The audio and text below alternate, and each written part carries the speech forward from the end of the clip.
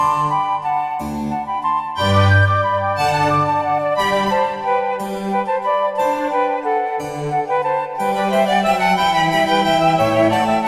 with this conversation. That's what I'm trying to do with this podcast.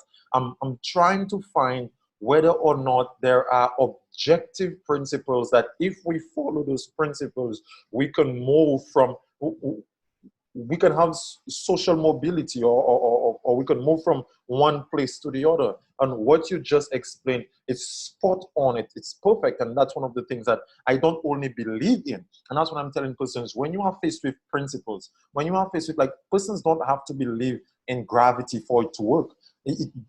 No matter your belief, gravity is going to work nevertheless. You can go on top of, you can go on top of a building and jump down, and you could believe that there is no gravity. Your result will always be going, you will always go downwards. And like what you explained, I believe that and I understand it to be a principle which guides life. And how it comes across, and like you said, environment, and I'm going to stick on, I'm going to go with that point, that the environment is not what creates, because the environment plays a part. We have to understand that.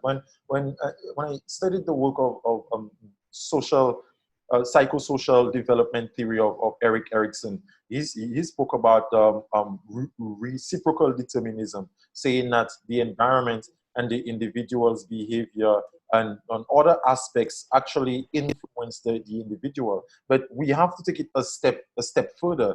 The individual has something called free will.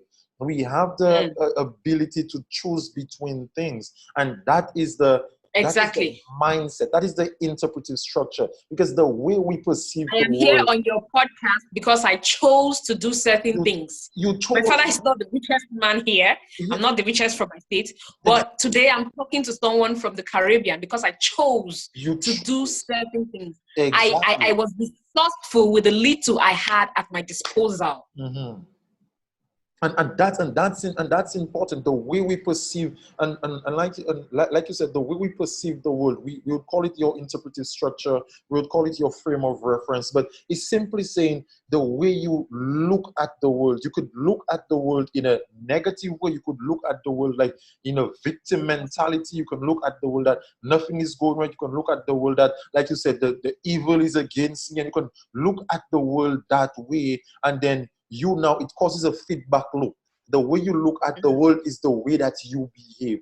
Now, if you look at the world in a more reaching manner, if you look at the world I don't want to be a pessimist, a positive, optimistic person, just saying, look at everything right. No, if there is a problem, you look at the problem. You don't stay on finding out why is there a problem. Okay, there is a problem. You find out why it's a problem, and then you try to find solutions. But we have the interpretation where we focus only on the problem. There is a problem, and that's all where we get to. There is a problem. What are we going to do about it? You're not thinking about that. There is a problem. Things are bad. I am poor. I am this. That's the problem. What is the solution? How can I strategize? How can I move? Like you said, when they go to America, and Denzel Washington said something that's brilliant. It's akin to what you said.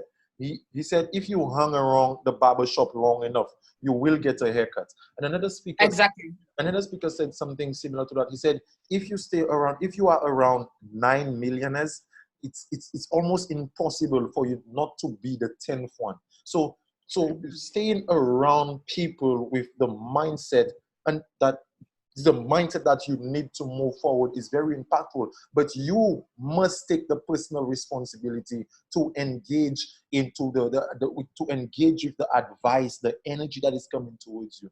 A lot of it has. You have to first believe that it's even possible. Mm-hmm.